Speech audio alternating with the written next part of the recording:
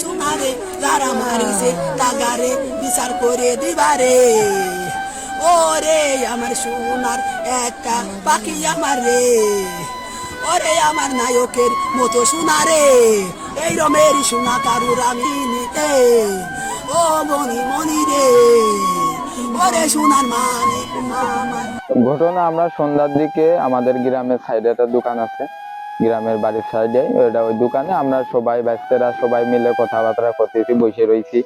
বসে থাকাকালীনই এবার যে মারা গেছে আমাদের ভাইতে সে আমাদের মাঝেই ছিল। সেই সময় হাসি খুশি আর কি ফাজলিমি মারতেছিলাম। মা কানে ওর সম্ভবত একটা ফোন আইছে, ও সাইডে চলে গেছে, গেলি ও নদীর দিকে চলে গেছে, মানে পাশ দিয়ে রাস্তা নদীর দিকে চলে যাওয়ার পরে এবার আমরা মনে করেন আমরা আর কি মাতি মারছি, আমরা তো আমরা কিছু বুঝতে পারিনি এত কিছু হবে, আমরা ওর পিছন পিছন চলে গেছি।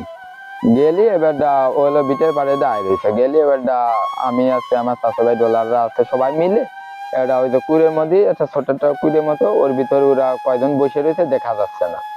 এরা দেখা না গেলে এবার ওই কুড়ে একটা পলিথিন আছে, ওই পলিথিন আমরা উঁচু করেছি। উঁচু করলে এবার দেখা যায় ওরা হলো নেশা পানি বড়ি টড়ি এসবই গুছাচ্ছে, গাদা বানাচ্ছে, এসবই করতেছে। এরা করাকালীন এবার ওই ছেলে যে বাইরেতে যে মারিছে সবাই সে ভালো করে ভার হয়েছে। বারণের পরে আমার স্বাস্থ্য ভাই সে বলতেছে তুই এই জায়গায় সে সব খাচ্ছিস, মানে সব ঠিক নাকি এরম বলার পরে ওর কলার ধরিছে। এটা ধরার পরে ওর গায়ে হাত দেওয়ার আগে ও মনে করে নিল গিয়ার মারা শুরু করিছে।